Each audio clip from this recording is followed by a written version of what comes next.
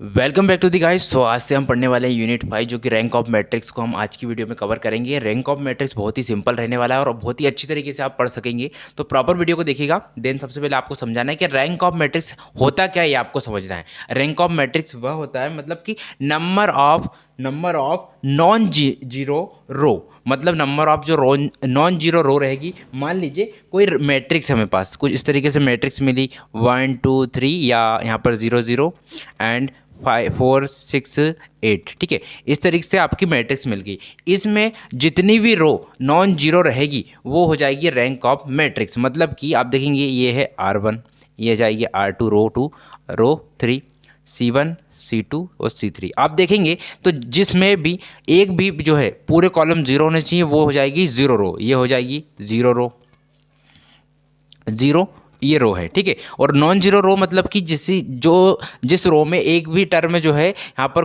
नहीं आना चाहिए, जीरो ही होना चाहिए, तो ये यहाँ पर जो है जीरो रो कहलाएगी। नॉन जीरो मतलब ये हो जाएंगी नॉन जीरो, ये दो नॉन जीरो रो कहलाएगी। इसलिए इसे बोलते हैं रैंक ऑफ मैट्रिक्स। मतलब जितनी जो यहाँ पर मैट्रिक्स में रो रहेगी नॉन जीरो उन्हें रैंक ऑफ मैट्रिक्स बोलते हैं। ये आपको समझ लेना है, ठीक है। इतने इस तरीके से आप समझ चुके होंगे।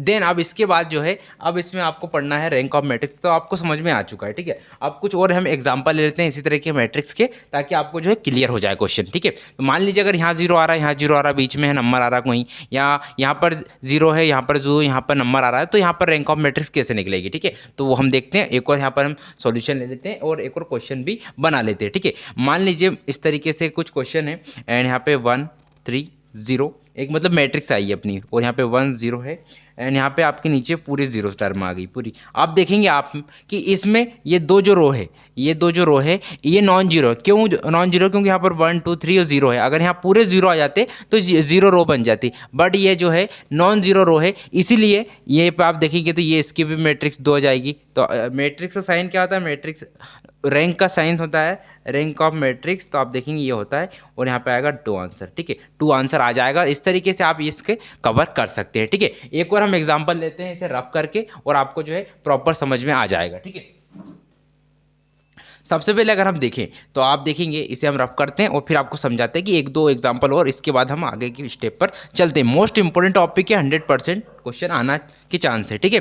तो सबसे पहले अगर हम और देखें तो एक दो जो है हम एक और मैट्रिक्स ले लेते हैं। मान लीजिए एक मैट्रिक्स है 6 7 0 8 9 0 एंड यहाँ पे 0 0। इस तरीके से मैट्रिक्स, कुछ भी मैट्रिक्स अगर आती है तो आपको यहाँ पे देखना है कि जितनी भी रो यहाँ पर नॉन जीरो रहेगी वो रहेगी रैंक ऑफ मैट्रिक्स। बस इतना आपको याद रखना है। रैंक ऑफ मैट्रिक्स क्या रहेगा? यहाँ पर जितनी भी रो नॉन जीरो रहेगी वो होती है रैंक ऑफ मैट्रिक्स। तो यहाँ पर दो जो रो है वो नॉन जीरो है, तो रैंक ऑफ मैट्रिक्स आपको इस तरीके से बन जाएगा। अब रैंक ऑफ मैट्रिक्स निकालने के कुछ यहाँ पर फार्मूलेस लेते हैं, तो कुछ स्टेप्स रहती है कि कौन सी जो मैट्रिक्स है किस तरीके से निकलेगा और कौन कौन सी मैट्रिक्स आती है। कुछ मैट्रिक्स ऐसे आएगी कि यहाँ पर 4 रो मिल जाएगी आपको, 3 यहाँ पर कॉलम मिलेंगे, तो उनको कैसे निकालना है, ठीक है। तो उनके प्रोसीजर आप समझ लीजिए। देन इसके बाद हम क्वेश्चन को कवर करेंगे। मोस्ट इंपोर्टेंट टॉपिक है, बिल्कुल भी वीडियो को स्किप मत करिएगा, अपने सभी दोस्तों के पास शेयर कर दो। इतना डीपली से कोई भी नहीं बताएगा और बहुत ही सिंपल तरीके से। स्टेप नंबर 1, मान लीजिए अगर मैट्रिक्स आती है, आप देखेंगे 1 2 3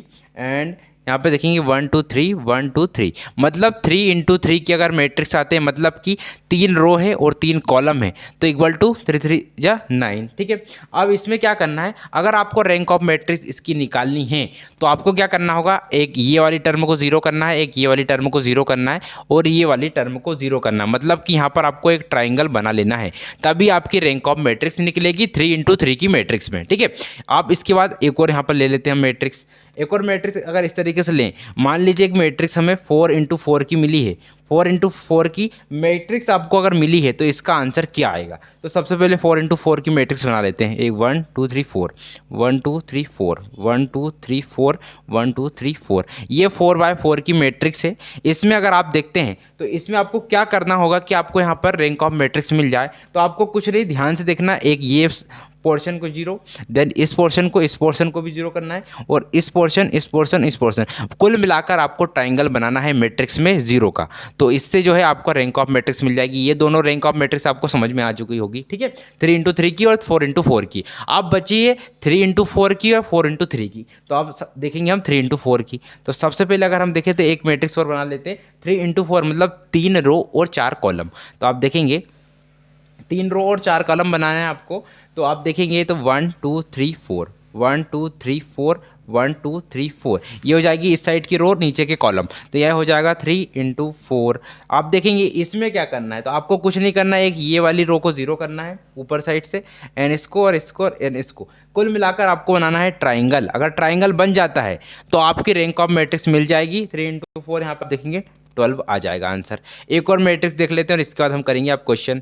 देन इसके बाद देखेंगे तो एक मैट्रिक्स अगर हम देखें तो 4 × 3 की अगर मैट्रिक्स सबके पास आ रही है, 4 × 3 की मतलब 4 यहाँ पर रो होगी और 3 कॉलम रहेंगे। तो क्या करना है, तो 1 2 3 4, 1 2 3 4, नहीं 1 2 3, 1 2 3, 1 2 3, मतलब आपके 4 रो होने चाहिए और 3 कॉलम होने चाहिए। तो ये 3 कॉलम और ये 4 रो हो गई, ठीक है। अब इसमें क्या करना है, तो इसमें आपको कुछ नहीं करना है, इसमें जो है आपको एक ये वाली रो को 0 करना है, ये वाली इसको 0, इसको 0, इसको 0, ठीक है, और एक इसको 0।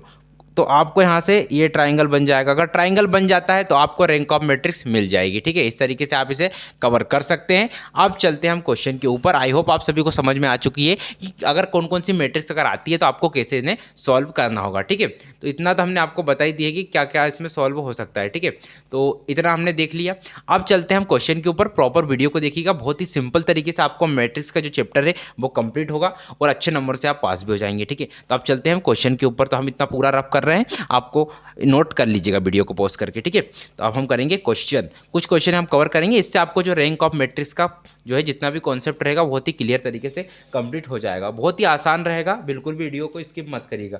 मान लीजिए एक क्वेश्चन है, एक मैट्रिक्स हमें मिली, मान लीजिए एक मैट्रिक्स मिल गई है, कोई सा भी हम क्वेश्चन ले लेते हैं, आई होप उठा के 1 3 5 1 3 5 2 -4 4, ठीक है, 2 -4, और यहाँ पे नीचे हम ले लेते हैं यहाँ पर 2 8, और यहाँ पर हो जाएगा आपका -2। अब आपको ये मैट्रिक्स मिली है, ये हो गया पूरी आपकी रो, ये हो जाएगी R1 R2 R3, ठीक है। ये R1 R2 3 R3 तीनों मिल गई।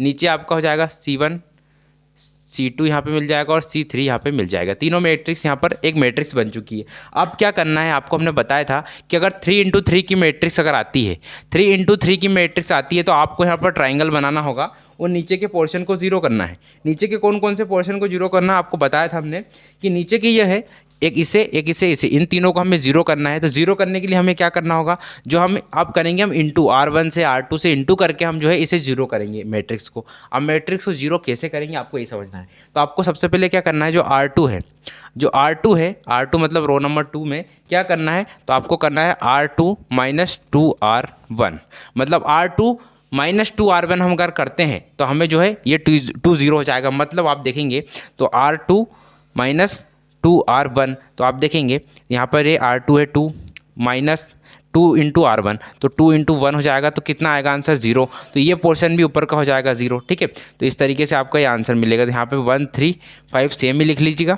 इसके बाद अगर हम देखते हैं तो इसमें आपको जो क्वेश्चन बनेगा ये हो जाएगा, पहला टर्म तो 0 हो गई, ये टर्म 0 होगी। अब आपको करना R2 माइनस सेकेंड वाली देखेंगे, सेकेंड कॉलम की, तो ये हो जाएगा -4 है, -2 × 3, तो 3 2 जा 6 6 -6 और -4, ठीक है। तो यहाँ पे आपका जो है -6 और -4 जब कम्प्लीटली होगा तो यहाँ पर जो आंसर आपका बचेगा, ठीक है, जो आंसर आपका यहाँ पर बनकर आएगा वो आंसर आएगा, देखेंगे तो टोटल हम पूरी मैट्रिक्स बना देते हैं -7 एंड -6, ठीक है, यहाँ पर आएगा।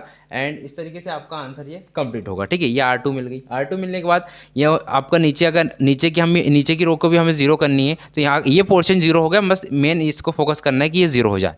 इसको भी अगर नीचे वाली 0 करनी है तो कामा अब लिखेंगे हम R3 यहाँ पे हो जाएगा आपका। R3 को क्या करेंगे, R3 अब प्लस करेंगे। प्लस क्यों कर रहे हैं, क्योंकि ये 2 है और ऊपर का जो 2 है, ये नीचे का 2 यहाँ माइनस में, सॉरी, ठीक है, माइनस में है और ऊपर का 2 प्लस में है, तो यहाँ माइनस का 2 हो जाएगा। अब जब हम R3 प्लस करेंगे तब ये यहाँ पर 0 होगा, ठीक। 0 कैसे होगा, तो हम इसमें इंटू किसका करेंगे, 2 का इंटू कर देते हैं, 2R1 में इंटू कर देते हैं, ठीक है। R3 + 2R1, R3 क्या है -2 प्लस 2R1, R1 क्या है 2 × 1, आंसर कितना आएगा 0, प्लस माइनस 0 हो जाएगा तो ये आ जाएगा 0। अब R2 की वैल्यू अगर पुट करते हैं R2 में तो 8 है यहाँ पर, ठीक है, 8 + 2 × 3, R1 की वैल्यू यहाँ पर 3 है और यहाँ पर ये 8, तो 2 × 3, 2 3 जा कितना हो जाएगा आपका 6 हो जाएगा।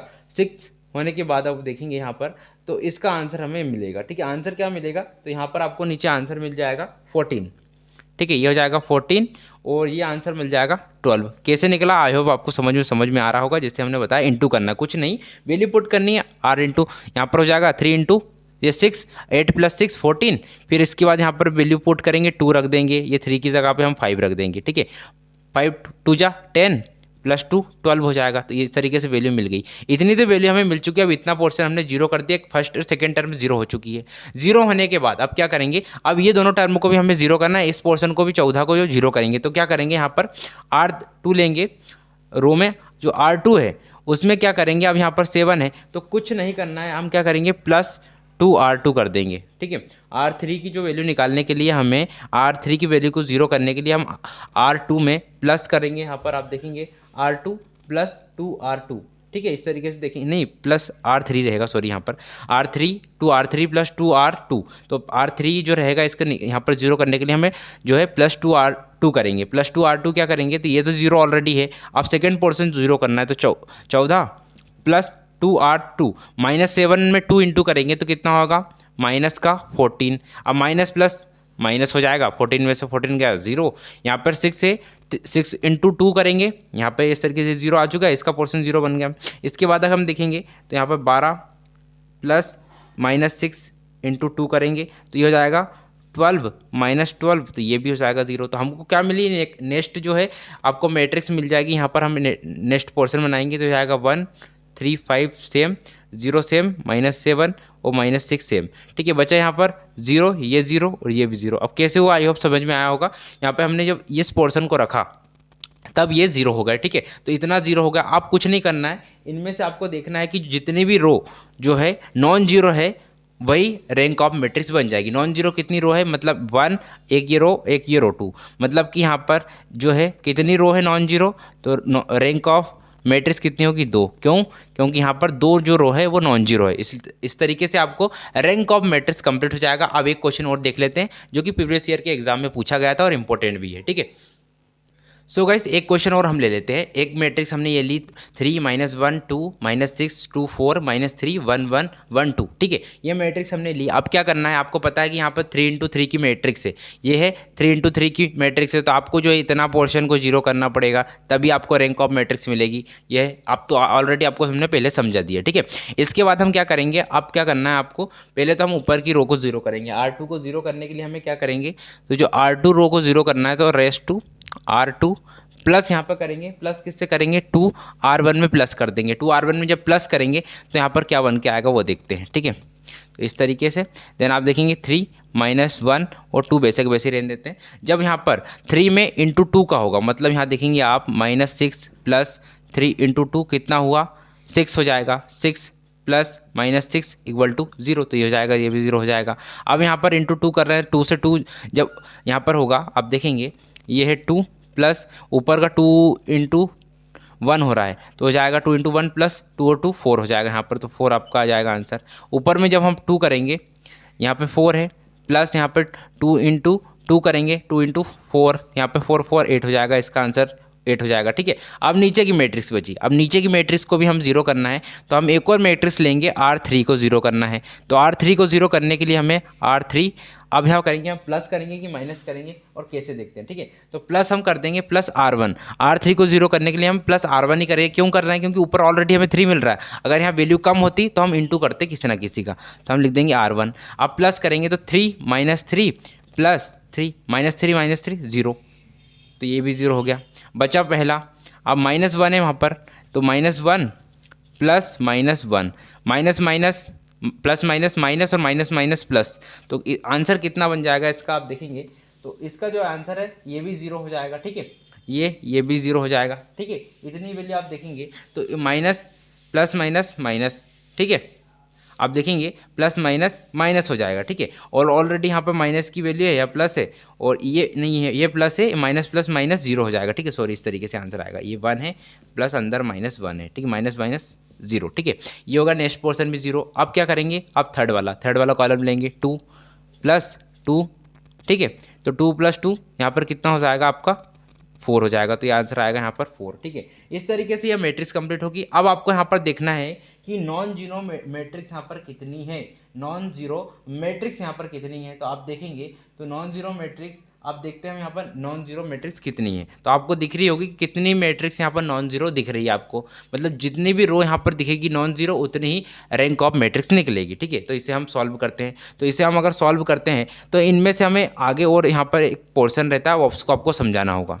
हमें यहाँ पर मैट्रिक्स तो मिल चुकी है, 3 रो यहाँ पर नॉन जीरो, बट अब यहाँ पर जो है आप देखेंगे कि इतना हमें जो है यहाँ पर ट्राइंगल मिल गया है। ट्राइंगल तो मिल गया, तो यहाँ से एक यहाँ पर दोबारा से एक मैट्रिक्स बनेगी। मैट्रिक्स क्या बनेगी?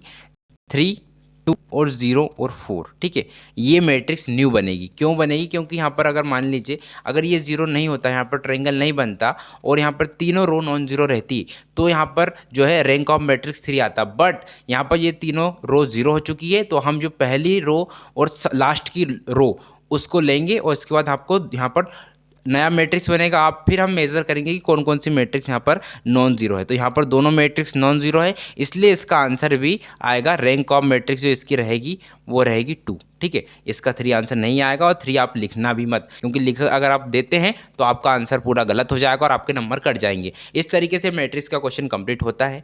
नेक्स्ट वीडियो में जो है हम कुछ और क्वेश्चन लेकर आएंगे, जिससे आपको मैट्रिक्स के जो भी क्वेश्चन रहेंगे वो सॉल्यूशन यहाँ पर कंप्लीट हो जाएंगे। और आपको याद रखना है non zero of row is equal to rank of matrix, ये आपको याद रखना है। इस तरीके से आप जो रैंक ऑफ मैट्रिक्स के क्वेश्चन आराम से सॉल्व कर सकते हैं। अगर आपको इसमें कोई प्रॉब्लम है वीडियो में कमेंट कर दीजिएगा। मिलते हैं नेक्स्ट वीडियो के साथ। प्लेलिस्ट में आपको पूरी वीडियो मिलती रहेगी। यूनिट 5 की, यूनिट 1 की भी हम वीडियो प्रोवाइड कर रहे हैं। मैक्सिमम मिनिमा की वीडियो हमने ऑलरेडी प्रोवाइड कर दी है। ठीक है, तो उनको भी आप जाकर देखिए, वो भी मोस्ट इंपॉर्टेंट क्वेश्चन ही प्रोवाइड करा रहे हैं। फालतू के क्वेश्चन जो है प्रैक्टिस क्वेश्चन आप अपने से देख लीजिएगा। इंपॉर्टेंट क्वेश्चन प्रोवाइड कर रहे हैं ताकि आपको कॉन्सेप्ट भी क्लियर हो और इंपॉर्टेंट क्वेश्चन की प्रिपरेशन भी हो जाए। तो मिलते हैं नेक्स्ट वीडियो के साथ, तब तक के लिए जय हिंद। वीडियो को शेयर करें, लाइक जरूर करो, कमेंट आपको जरूर करना है कि आपको वीडियो कैसी लगी।